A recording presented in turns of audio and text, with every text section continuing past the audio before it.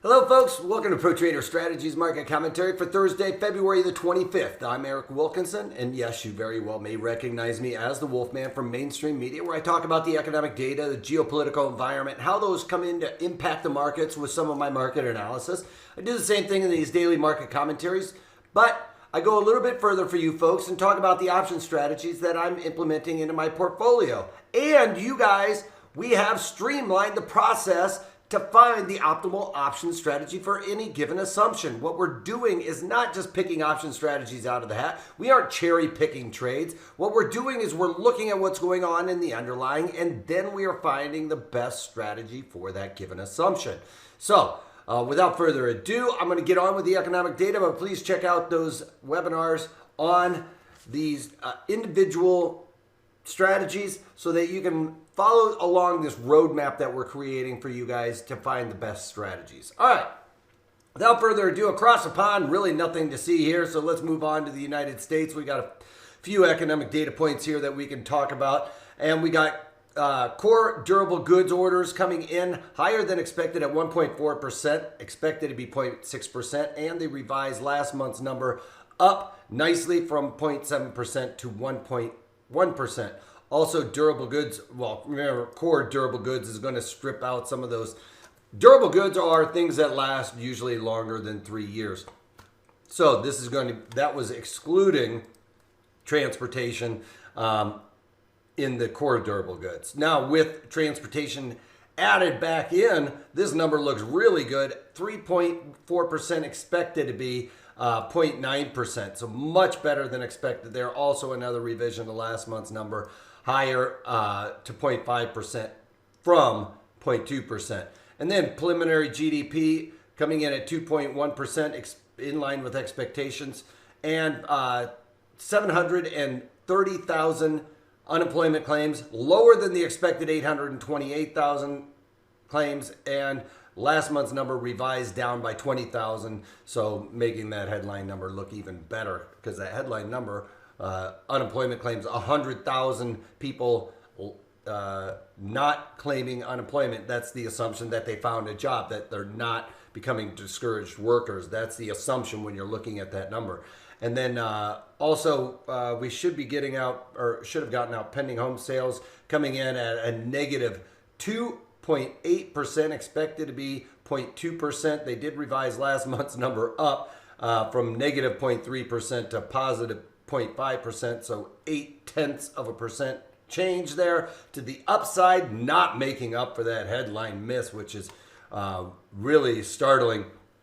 We saw the new home sales number coming out better than the expected. Remember, I talked about that yesterday. We're probably seeing these interest rates move higher. Some of these people jumped and pulled the trigger on buying their homes. Well, these pending home sales dropping are the people that were probably looking but not in that process far enough, but see these interest rates rising and now realize that that house that they originally were looking at, maybe they can't afford it, because as interest rates rise, if we have a budget, what we can spend each month on specific aspects of our lives, well, you know, less than a third of that income is going to the home. Well, all right, so I've budgeted for that. Now I see interest rates rise. As interest rates rise, that means my monthly payment would also increase.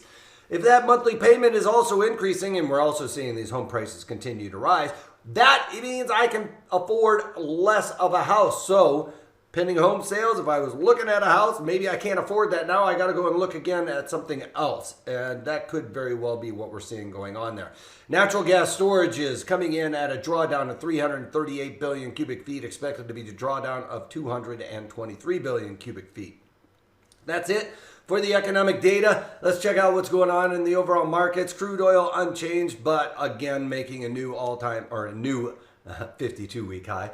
Bitcoin up $1,800 on the day, back up into the 50 handle after dropping out of it yesterday. But something to note, Bitcoin up, gold down. We talked about this. Are these becoming inversely correlated? They shouldn't be, based on fundamentals of market theory, where it should be a flight to safety if you're worried about the dollar and things of that nature. Well, we're not really seeing that over in gold, where we would probably see more of the institutional investor And Bitcoin, which is more of the retail investor, it is becoming more institutionalized. I would say that more institutions are, or institutional traders are considering that type of underlying. But at this point in time, what we're seeing is weakness over here in this flight to safety type of trade and strength over there in the new age currency. All right, bonds off another point today. These guys cannot stop the slide. I was seriously ready to pull some triggers yesterday on longs in TLT and things of that nature, maybe short TBT, even though that's triple leverage. I'm not real too thrilled about that one, but it would be a nice one if we saw confirmation and a bit of a turnaround here. That would be the one I would probably go to. VIX is moving a little bit higher today. We've got the Dow Jones Industrial Average off by 100 points. That's nothing these days. As soon as the market commentary is over, we could easily see all of this stuff rip and turn around like we did yesterday on a turnaround Tuesday from the lows of when I was talking on the daily market commentary to the highs, which was basically printed at the end of the day. Real strong turnaround, and as a matter of fact, making this NASDAQ look like we found a bit of a bottom confirmation of the upside. I did get out of my SPY trade as well, which I'll talk about. I forgot to put that up as a something to talk about here, but I will. Down 25 points in the E-mini S&Ps. You can see off the open, we did see some weakness overnight, very weak. Probably more some profit taking, a little bit frothy here. But into the day, no attempt to flush out some of these shorts there, and the market really slammed to lows. Getting a catch of a bid here right now. Are we going to rally into the close like we've been seeing over the past few days, where we open up, start moving lower, and then make those charges towards the end of the day? That's pretty much what we've seen for the past couple of days. Anytime, or actually, we've probably seen this for the past week or so at this point in time, where it just seems like after noon Eastern, the market does this reverse. If we're bullish in the morning, it seems like we're really selling off, and vice versa. If we're weak in the morning, we're getting that strength late in the day. Something to keep an eye on as of recently here in the equities. All right, Activision. I'm going to talk about this trade. This is the trade I put on today. I'll talk about the one that I took off yesterday off that reversal in the equities. But Activision, playing this to the upside, I went into the May, so I'm trying to get longer duration. We can see here, if I just zoom in on this trade, we can see that we have relatively low implied volatility, right? So in regards to what we've seen here in the past for Activision, they've already had their earnings. They dropped on this, they gapped up on the earnings, I should say. Now we dropped and covered that gap, right? So this gap has already been covered, but this gap right here is the gap in between here that we have covered with the trade. So just to maybe bring it out a little bit more, basically, anytime you get a big gap like this, where you have in between there that big space, now the market has come in and filled in that volume right here, as you can see that volume there, but the trade has covered that gap in between there. Now we found support off this 50-day simple moving average. I'm expecting this market to start traveling a little bit higher, and I'm only looking for a small move here, get back up to maybe the 100 level here in Activision, because I believe, along with most of the online gaming and stuff like that, that they are doing very well. So with that being said, Activision, I went into the May, and in the May, I bought the 100 calls in there for $4.30.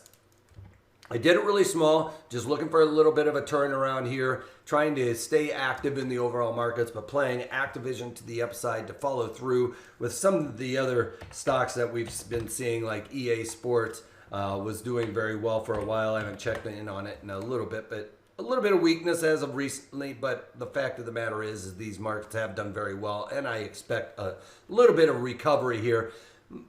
Maybe along the lines of those sector rotations that we've seen with the NASDAQ rolling out of tech, and in some of the blue chip stocks, maybe these are getting beat up as well with that, most likely. And therefore, we could start seeing a little bit more of a recovery here in these names. All right, so SPY, you guys remember in SPY, I put this trade on a while back, putting it on as protection just to, in case we got a bit of a rollover here. Got a little bit of a rollover here with the equities at all-time highs. We saw really low volatility. That's the time to take advantage of buying opportunities, kind of like what I did there in Activision. I bought calls. Why? Because I'm bullish and volatility was extremely low. And when that volatility is extremely low like that, it's telling me, hey, these premiums are really cheap. If you're going to take a bullish position, you need to consider that, yeah, we go and buy during really extremely low volatility. All right, and then with SPY, with this trade, I went in to the April and bought the 365 puts in there for $11.28. I dumped those yesterday for $4.58. So a loss on that trade. Again, did it very small, but market did not make that move yesterday. As soon as we started getting this look of a confirmation, basically you got this bottoming pattern here. Yesterday, confirmation there. Today, a bit of an inside day there, but we did see that confirmation. As soon as I saw that confirmation get above the previous day's high, that's when I looked to cover those long puts in SPY.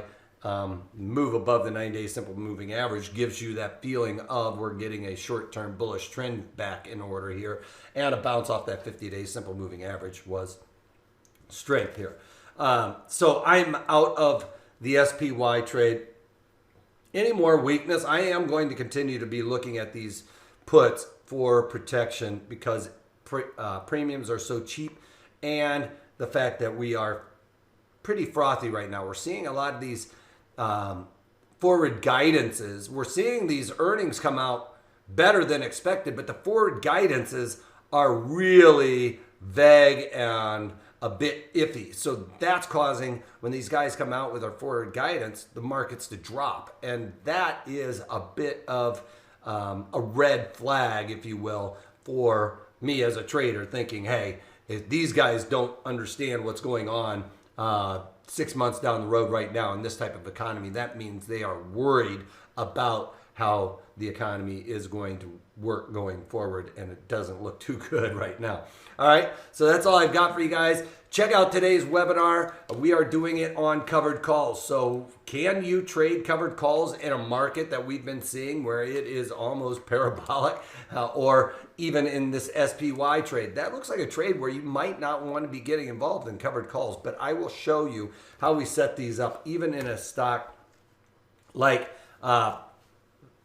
IBM is like the perfect one. And you guys have been watching daily market commentaries. You guys have been seeing me work this IBM trade and the PENN trade. If you pay attention to all of these daily market commentaries for the last year, you've been watching me trade PENN like a clinic.